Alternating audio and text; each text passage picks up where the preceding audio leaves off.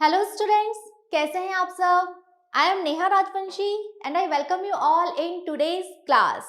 तो बच्चों, हम हमारी बुक से चैप्टर नंबर 23 पढ़ रहे हैं, जो कि है रीडिंग विद अंडरस्टैंडिंग, जहां हमें 2 सीन पैसेज दिए गए हैं।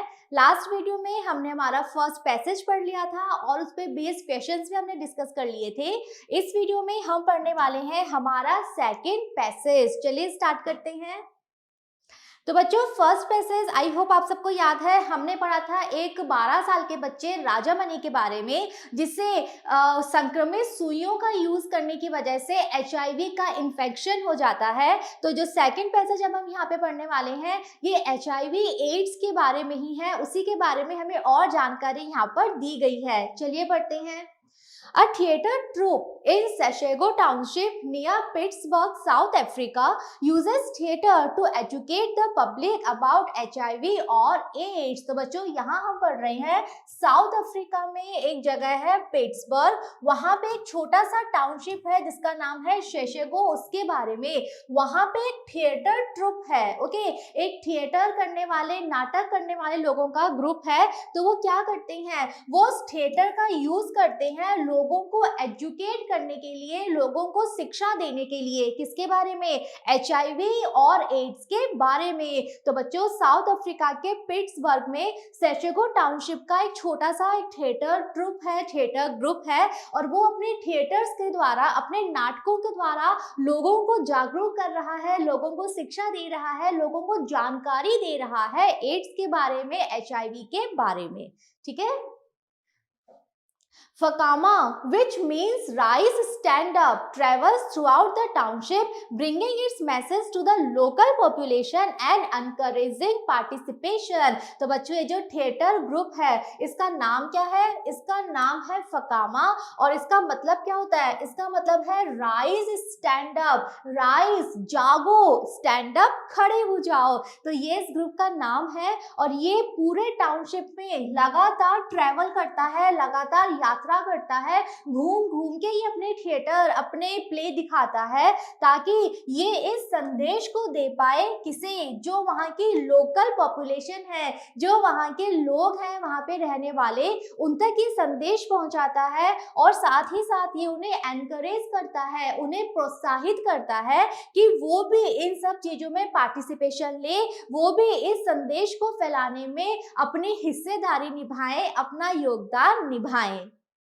This is one of the many ways AIDS education has diversified to reach a wider audience। तो बच्चों, यहाँ पे राइटर हमें बता रहे हैं कि ये जो तरीका है कि थिएटर्स के द्वारा नाटक कर करके आप लोगों को जानकारी दे रहे हो, नाटक के द्वारा आप लोगों तक संदेश पहुंचा रहे हो, तो ये एक तरीका है। बहुत सारे तरीकों में से ये भी एक तरीका है जिसके द्वारा एड्स से रिलेटेड जो एजुकेशन है, एड्स जो बीमारी है, इससे रिलेटेड जो जानकारी है, जो ज्ञान है, उसे हम वाइडर ऑडियंस तक पहुंचा पाए, उसे हम ज्यादा से ज्यादा लोगों तक पहुंचा पाए। ओके, डाइवर्सिफाइड यानी अलग अलग। तो जो अलग अलग रास्ते हैं, उनमें से एक रास्ता ये भी है नाटक के द्वारा संदेश पहुंचाना, और इसके द्वारा हम एक वाइडर ऑडियंस तक पहुंच सकते हैं, हम ज्यादा लोगों तक पहुंच सकते हैं। And help stop the epidemic spread of the disease. और इसी के द्वारा हम क्या कर सकते हैं? हम मदद कर सकते हैं कि इस बीमारी के फैलाव को हम रोके।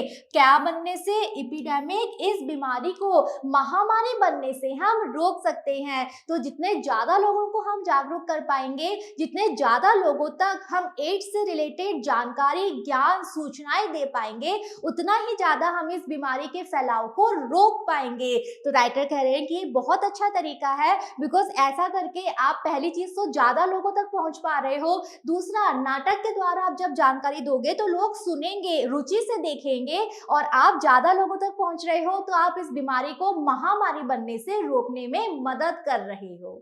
ठीक है। Other methods of prevention have been sought. तो ये तो एक तरीका है कि आप थिएटर के द्वारा लोगों को जानकारी दो, इसके अलावा बाकी दूसरे तरीके भी, मेथड्स यानी तरीके, तो बाकी दूसरे तरीके इस बीमारी को प्रिवेंट करने के, इस बीमारी को रोकने के, इस बीमारी की रोकथाम के जो बाकी दूसरे तरीके हैं उन्हें भी अपनाया गया है। बिकॉज क्रिएटिंग अ वैक्सीन और even providing treatment for a disease that is constantly mutating. तो बच्चों यहाँ पे राइटर जोर दे रहे हैं प्रिवेंशन पे, यानी कि बीमारी की रोकथाम, आप बीमारी को होने ही मत दो, इस बारे में ज्यादा जोर दिया जा रहा है। क्यों? बिकॉज अगर आप इस बीमारी का वैक्सीन बना दोगे, अगर आप इस बीमारी के लिए कोई टीका बना दोगे और इस बीमारी का उपचार भी बना दोगे, तो ये एक ऐसी बीमारी है जो कि कॉन्स्टेंटली लगातार म्यूटेटिंग हो रही है, लगातार इस बीमारी का रूप परिवर्तित हो रहा है, लगातार इस बीमारी के जो वायरस हैं वो अपने संरचना में लगातार परिवर्तन करते रहते हैं and becoming resistant to drugs. और इसीलिए ये बीमारी क्या करती है, अपने आप को रेसिस्टेंट बना लेती है, प्रतिरोधी बना लेती है हर तरह के ड्रग्स के लिए, हर तरह की दवाओं के लिए। May take many more years. तो ऐसे में वैक्सीन बनाने में तो आपको बहुत ज्यादा वर्ष लग जाएंगे।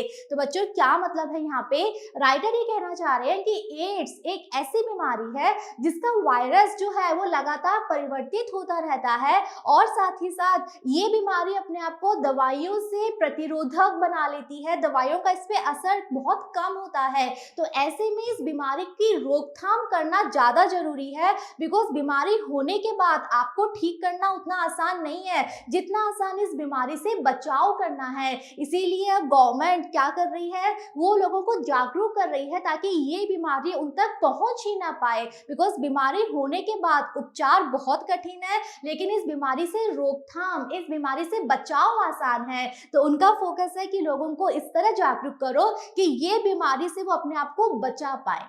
क्लियर?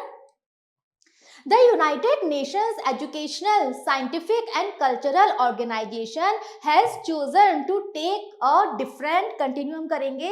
तो बच्चों यूनाइटेड नेशंस के बारे में हम सब जानते हैं, यानी कि जो संयुक्त राष्ट्र संघ है उनका जो educational, scientific and cultural organisation है। तो हमें पता है कि जो संयुक्त राष्ट्र है उसके अलग अलग ऑर्गेनाइजेशन हैं, उसके अंदर भी अलग अलग संगठन है। तो उनका जो एजुकेशनल यानी कि शिक्षा से संबंधित, साइंटिफिक विज्ञान पे आधारित और कल्चरल संस्कृति पे आधारित जो ऑर्गेनाइजेशन है, उन्होंने क्या चुना है, उन्होंने चुना है to take a different approach in the fight against AIDS by using education. उन्होंने चुना है कि इस बीमारी के खिलाफ जो फाइट हम कर रहे हैं, जो लड़ाई हम लड़ रहे हैं एड्स के खिलाफ, उसमें हम एजुकेशन का यूज करें, उसमें हम शिक्षा का यूज करें, हम लोगों को शिक्षित करें, not medicine to stop its spread. तो इस बीमारी के फैलाव को रोकने के लिए दवाई की बजाय वो क्या चुनते हैं, वो एजुकेशन को चुनते हैं। कारण हम पढ़ चुके हैं, बिकॉज इस बीमारी के लिए दवाई बनाना, वैक्सीन बनाना बहुत कठिन है। तो इसीलिए वो चाहते हैं कि हम इस बीमारी को फैलने ही ना दें, लोगों को पहले ही शिक्षित करें कि कैसे वो अपने आप को इस बीमारी से बचा सकते हैं। तो इसीलिए ये जो विंग है, ये जो ऑर्गेनाइजेशन है संयुक्त राष्ट्र की, ये भी ये चाहती है कि दवाइयों के बजाय उनका फोकस लोगों को शिक्षित करने में है। ठीक है? UNESCO's strategy for HIV AIDS prevention education status. तो बच्चों जो यूनेस्को ये विंग है, ये जो संगठन है, इनकी जो स्ट्रेटेजी है, इनकी जो योजना है इस बीमारी के प्रिवेंशन के लिए, इस बीमारी की रोकथाम के लिए, वो क्या है, वो क्या कहती है? The impact of the disease on society could be reduced by battling complacency. तो उनका मानना है कि ये जो बीमारी है एड्स, इसका समाज पे क्या इम्पैक्ट पड़ेगा, इसका समाज पे जो प्रभाव पड़ेगा उसे हम रिड्यूस कर सकते हैं, उसे हम कम कर सकते हैं। इस बीमारी का समाज पे पड़ने वाले असर को हम कम कर सकते हैं। कैसे कम कर सकते हैं? अगर हम इस बीमारी से हम बैटल करें, अगर इस बीमारी से हम लड़ाई करें, कैसे? कॉम्प्लिकेंसी यानी शालीनता के साथ। तो आवश्यकता है कि इस बीमारी के साथ हम शालीनता से लड़े। एडवांसिंग कमिटमेंट, साथ ही साथ हम हमारा जो प्रतिबद्ध प्रतिबद्ध होने की जो बात है, हम हमारी प्रतिबद्धता को बढ़ाएं एंड इम्प्रूविंग केयर, और साथ ही साथ हम अपनी सावधानी बढ़ाएं। हमें पता होना चाहिए कि हमें किन बातों का ध्यान रखना है, किन बातों से सावधान रहना है, और इसी तरह से हम इस बीमारी को फैलने से रोक सकते हैं, हम अपने आप को इस बीमारी से बचा सकते हैं। It has created a 5-part strategy।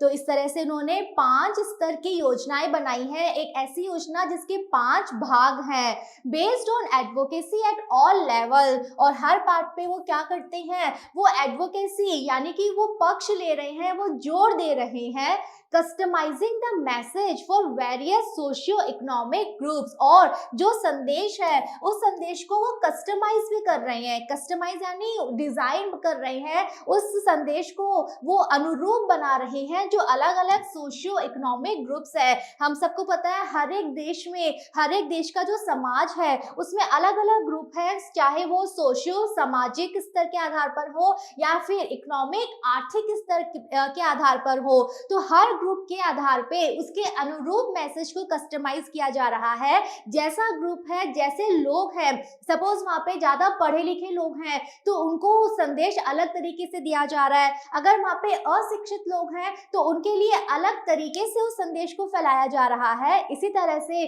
जो अलग अलग आर्थिक स्तर है, सपोज जो बहुत अमीर हैं, बहुत बड़े बड़े शहरों में रहते हैं, तो उन तक बात अलग तरीके से पहुंचाई जा रही है, और ऐसे ही जो बिल्कुल गरीब हैं, जिनके पास कोई सुख सुविधाएं नहीं है, तो उन तक भी संदेश पहुंचाया जा रहा है अलग तरीके से। तो जैसी आवश्यकता है उसी आवश्यकता के अनुसार संदेश को कस्टमाइज किया जा रहा है, संदेश को उसी आवश्यकता के अनुरूप बनाया जा रहा है। Changing risk behaviour and vulnerability, और साथ ही साथ लोगों को शिक्षित किया जा रहा है कि उनका जो बिहेवियर है, उनका जो व्यवहार है, वो कैसे रिस्की हो सकता है, कैसे उनका व्यवहार खतरनाक हो सकता है, और कैसे उनके अंदर वनरेबिलिटी यानी दुर्बलता आ सकती है। अगर वो ध्यान नहीं रखेंगे तो वो भी इस बीमारी की पकड़ में आ सकते हैं, वो भी अपने आप को दुर्बल बना लेंगे। उनका व्यवहार कब रिस्की है, ये सब बातें लोगों को बताई जा रही हैं। Caring for the infected and the affected, और साथ ही साथ लोगों को ये भी समझाया जा रहा है कि जिन लोगों को इन्फेक्शन हो चुका है, जिन लोगों को, जो लोग इस बीमारी के असर में आ चुके हैं, हमें उनकी केयर करनी है, हमें उनकी भी देखभाल करनी है, हम उन्हें अकेले नहीं छोड़ सकते। यह सावधानी रखनी है, लेकिन सावधानी के साथ हमें उन लोगों की देखभाल करनी है जिन्हें संक्रमण हो चुका है, हो गया है, और जो इसके प्रभाव में आ गए हैं। And coping with the institutional impact of AIDS on society, और साथ ही साथ इस बात पे जोर दिया जा रहा है कि ये जो बीमारी है एड्स, इसका समाज पे जो प्रभाव पड़ रहा है, उस प्रभाव को भी हमें कोप अप करना है, उस प्रभाव का भी हमें सामना करना है, हमें अपने समाज पे इस बीमारी का नकारात्मक प्रभाव नहीं पड़ने देना है। ठीक है। The critical factor for a renewed and effective strategy for preventive education is massive। अब राइटर कह रहे हैं कि ये जो रिन्यूड, एक नया और इफेक्टिव, प्रभावशाली जो स्ट्रैटेजी है, योजना है, तो ये जो नई और प्रभावशाली योजना है जहाँ पे हम प्रिवेंटिव एजुकेशन देते हैं, जहाँ पे हम लोगों को ऐसी शिक्षा देते हैं कि कैसे वो इस बीमारी से बचे, इसके लिए क्रिटिकल फैक्टर है। क्रिटिकल फैक्टर कहते हैं बच्चों जो बहुत ही नाजुक घटक होता है। तो ये जो शिक्षा दी जा रही है इस बीमारी से अपने आप को बचाने की, इसका सबसे नाजुक घटक क्या है कि ये शिक्षा बहुत मैसिव है, बहुत विशाल है, बहुत बड़ी शिक्षा है। आपको बहुत बड़े लोगों तक इस शिक्षा को पहुंचाना है। अनफेलिंग एंड अनरिलेंटिंग, और वो भी कैसे, अनफेलिंग, बिना असफल हुए, यानी कि आपके पास कोई चांस नहीं है असफल होने का, आपको बिना असफल हुए, और अनरिलेंटिंग, अड़िग होकर, ओके, अड़िगता के साथ आपको इस संदेश को पहुंचाना है। एडवोकेसी एट ऑल लेवल्स, आपको हर लेवल, हर स्तर पे आपको एडवोकेसी करनी है, पक्ष लेना है इस प्रिवेंटिव एजुकेशन का। And support of political authorities at the highest national level according to UNESCO, और साथ ही साथ यूनेस्को का ये भी मानना है कि हर देश में आपको उच्चतम स्तर पे जो पॉलिटिकल ऑथोरिटी अथॉरिटीज बैठी हुई हैं, यानी कि जो हर देश की सरकार है, उस सरकार से भी आपको सपोर्ट लेना है। उस सरकार का भी बहुत आवश्यक है कि वो सरकार आपको सपोर्ट दे, बिकॉज सरकार के सपोर्ट के बिना हम ये एजुकेशन नहीं फैला सकते हैं। तो इसीलिए यूनेस्को ये भी मानता है कि हर एक देश की जो सरकार है, जो वहाँ की पॉलिटिकल पार्टीज है, जो वहाँ के नेता है, ये उनकी भी जिम्मेदारी है कि वो इस शिक्षा को लोगों तक फैलाएं, वो अपना सपोर्ट दें। ओके, टू अचीव दिस, और इस लक्ष्य को प्राप्त करने के लिए ऑडियंसेस वर्ल्ड वाइड, पूरे विश्व के जो लोग हैं, starting with those most at risk, अगर हम शुरू करें उन लोगों से जिनके ऊपर सबसे ज्यादा खतरा है इस बीमारी के होने का, must be reached in culturally appropriate ways, तो उन तक ये शिक्षा पहुंचनी तो चाहिए, लेकिन कैसे? उनका जो कल्चर है, उनकी जो संस्कृति है, उसके अनुरूप ही शिक्षा पहुंचनी चाहिए। तो बच्चों ये बात हम सब जानते हैं कि पूरे विश्व में कितने अलग अलग देश हैं, और हर देश की जो संस्कृति है, हर देश की जो सभ्यता है, वो कितनी अलग अलग है। तो बच्चों हम जिस देश के लोगों तक संदेश पहुंचा रहे हैं, संदेश इस तरह से होना चाहिए जो वहां की संस्कृति के अनुरूप हो, वहां के लोगों की जो सभ्यता है, जो संस्कृति है, उसी के अनुरूप तरीके हमें यूज करने पड़ेंगे।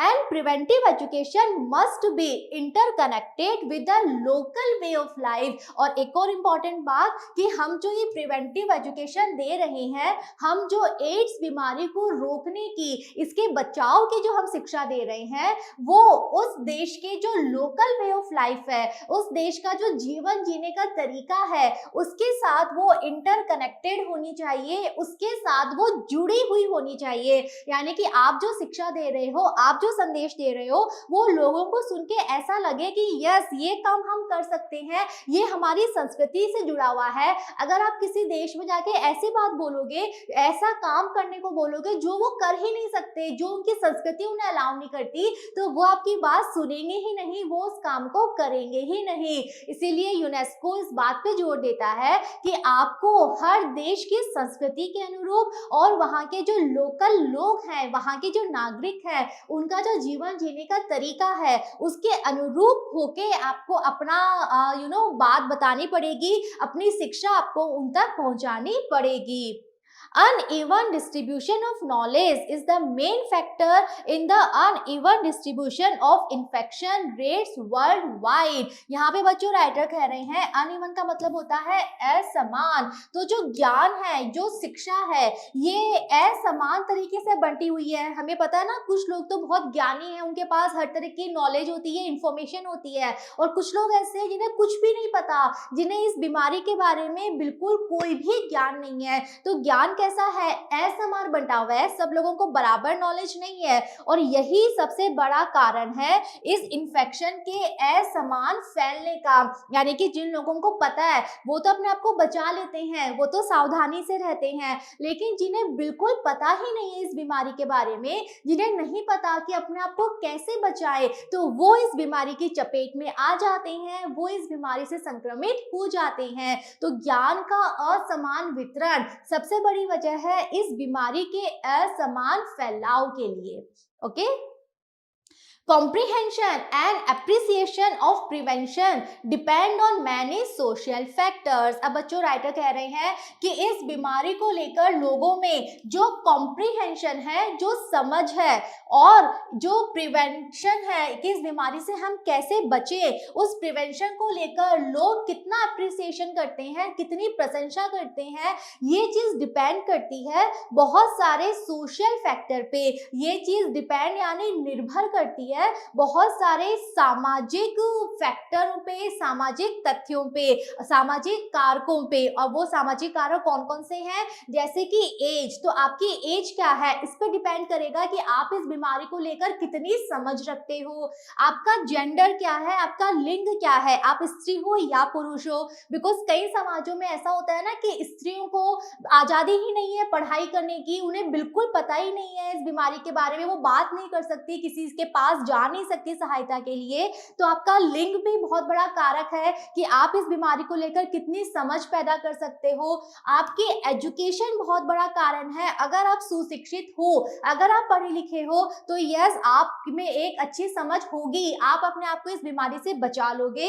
इकोनॉमिक कंडीशंस भी महत्वपूर्ण भूमिका निभाते हैं कि आपका आर्थिक स्तर कैसा है, बिकॉज जनरली जो अच्छे आर्थिक स्तर के लोग हैं वो अच्छी शिक्षा प्राप्त करते हैं, अच्छी समझ रखते हैं।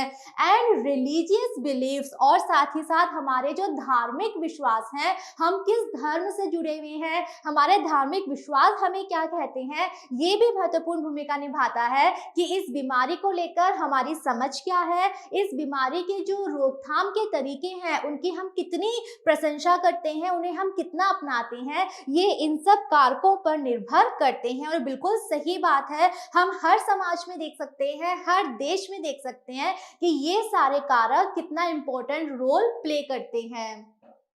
The message must be tailored for different groups. तो राइटर कह रहे हैं कि जो संदेश हम देना चाहते हैं उसे हमें टेलर्ड यानी डिजाइन करना पड़ेगा, उसको हमें बनाना पड़ेगा कि वो अलग अलग ग्रुप्स के अकॉर्डिंग हो सके। तो आप जिस ग्रुप के पास जाओगे उस ग्रुप के अनुरूप आपको अपना संदेश बनाना पड़ेगा, in order to enable them to understand and pass on the message. तभी आप उन लोगों को अपनी बात समझा पाओगे और तभी वो लोग इस बात को आगे पास ऑन कर पाएंगे, वो आगे इस बात को और दूसरे लोगों को समझा पाएंगे। तो आवश्यक है कि आप जहां जा रहे हो, जिन लोगों के पास जा रहे हो, पहले आप उन लोगों के बारे में जानो, उनका क्या बैकग्राउंड है, उनका सामाजिक आर्थिक स्तर क्या है, धार्मिक मान्यताएं क्या है, तभी आप उनको अपनी बात बताओ, तभी वो आपकी बात समझेंगे। और एक बार अगर वो समझ लेंगे तो वो फिर उस ज्ञान को, उस शिक्षा को, उस जानकारी को आगे भी फैलाएंगे। ठीक है। UNESCO believes that by disseminating information to help people understand what AIDS does to the body, तो बच्चों यूनेस्को इस बात पे विश्वास करता है कि अगर आप ये जानकारी डिससेमिनेटिंग यानी इस जानकारी का अगर आप प्रचार कर दोगे, इस जानकारी को अगर आप लोगों तक पहुंचा दोगे जिससे लोग समझ पाए कि एड्स का उनके शरीर पे क्या असर पड़ेगा, इट कैन रिड्यूस मिसकंसेप्शंस। तो ऐसा करने से इस बीमारी को लेकर लोगों के मन में जो मिसकंसेप्शंस हैं, लोगों के मन में जो गलत फहमियां हैं, वो गलत फहमियां रिड्यूस हो जाएंगी, कम हो जाएंगी and lessen vulnerability to the disease. और तभी लोग अपने आप को दुर्बल होने से बचा पाएंगे, इस बीमारी का खतरा अपने ऊपर वो कम कर पाएंगे। तो आवश्यक है लोगों को जानकारी मिले, वो पता इस बात से जागरूक हो कि ये बीमारी कितनी खतरनाक है, उनके शरीर में ये बीमारी क्या क्या कर सकती है। तभी लोगों को ये इच्छा होगी कि हम जाने, हम अपने आप को कैसे बचा सकते हैं इस बीमारी से, इस बीमारी से रिलेटेड गलत फहमियां उनकी दूर होंगी, सही शिक्षा उनको मिलेगी, सही जानकारी उनको मिलेगी और तभी वो अपने आप को इस खतरे से बचा पाएंगे।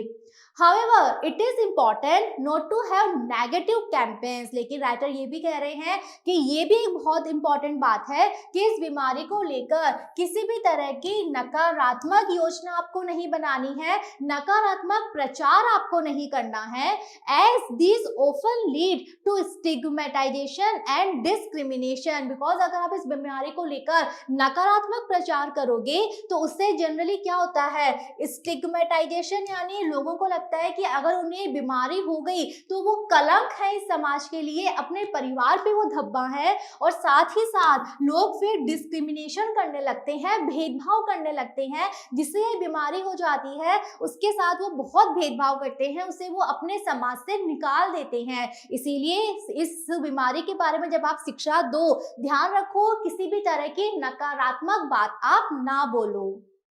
AIDS can be prevented if children and young people learn how the virus spreads। Writer मानते हैं कि ये जो बीमारी है एड्स, इससे हम बच सकते हैं अगर हमारे समाज के जो बच्चे हैं और जो युवा लोग हैं वो ये जान जाएं कि इसका वायरस कैसे फैलता है and do not participate in risky behaviour. और फिर वो जो युवा लोग हैं वो किसी भी तरह की खतरनाक गतिविधियों में शामिल ना हो तो इस बीमारी को हम रोक पाएंगे। जाएंगे। No institution has a greater ability to affect all aspects of a community than schools. और यहाँ पे राइटर ये मानते हैं कि किसी और संस्था में वो ये योग्यता नहीं है कि वो समुदाय के सभी लोगों तक ये बात पहुंचा पाए जितनी योग्यता किस संस्था में है, स्कूल्स में है। तो राइटर ये मानते हैं कि जो पढ़ाई की संस्थाएं हैं जैसे स्कूल है, कॉलेज है, ये सबसे प्रभावशाली संस्थाएं हैं, इनके थ्रू हमें शिक्षा देनी चाहिए। बिकॉज जो बच्चे हैं, जो युवा लोग हैं, वो स्कूल और कॉलेजेस से जुड़े हुए हैं,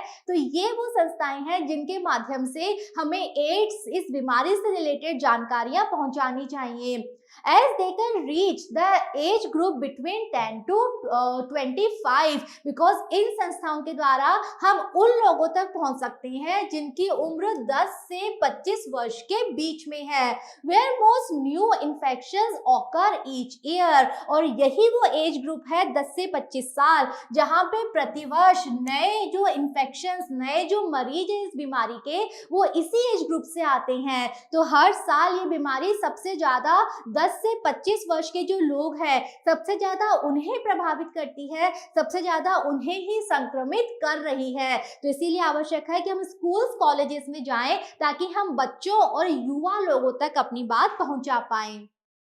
Caring for both the infected and the affected has become more important। Writer बच्चों ये बात बार बार बोल रहे हैं कि जो इस बीमारी से संक्रमित हैं, जिन्हें ये बीमारी हो चुकी है, उनकी देखभाल करना बहुत जरूरी है। हम उनके साथ भेदभाव नहीं कर सकते, हम उन्हें अपने से दूर नहीं कर सकते, हम उन्हें समाज से निकाल नहीं सकते, बल्कि हमारा ये काम है कि हम उनकी देखभाल करें। As AIDS has a greater effect on the population worldwide। और ये जो बीमारी है बच्चों, अब ये बीमारी काफी फैलने लगी है और पूरे विश्व की जो जनसंख्या है उस पे इस बीमारी का प्रभाव आने लगा है। AIDS could undermine all health services, educational institutions and public services। तो बच्चों ये बीमारी कितनी खतरनाक है, राइटर कह रहे हैं कि ये जो बीमारी है ये अंडरमाइन कर सकती है, ये नुकसान पहुंचा सकती है, क्षति पहुंचा सकती है हर तरह की हेल्थ सर्विसेज को, हर तरह की जो स्वास्थ्य सेवाएं हैं उन्हें नुकसान पहुंचा सकती है। एजुकेशनल इंस्टीट्यूशन, जो शैक्षणिक संस्थाएं हैं उन्हें नुकसान पहुंचा सकती है। एंड पब्लिक सर्विसेज, और जो पब्लिक सर्विसेज है जहां पे हर तरह की सेवाएं मिलती हैं उन्हें भी नुकसान पहुंचा सकती है। Making it increasingly difficult to maintain government. और अगर किसी देश में ज्यादा से ज्यादा लोग इस बीमारी से संक्रमित होने लग जाएंगे तो वहां की जो सरकार है उसके लिए भी मुसीबतें बढ़ती जाएंगी।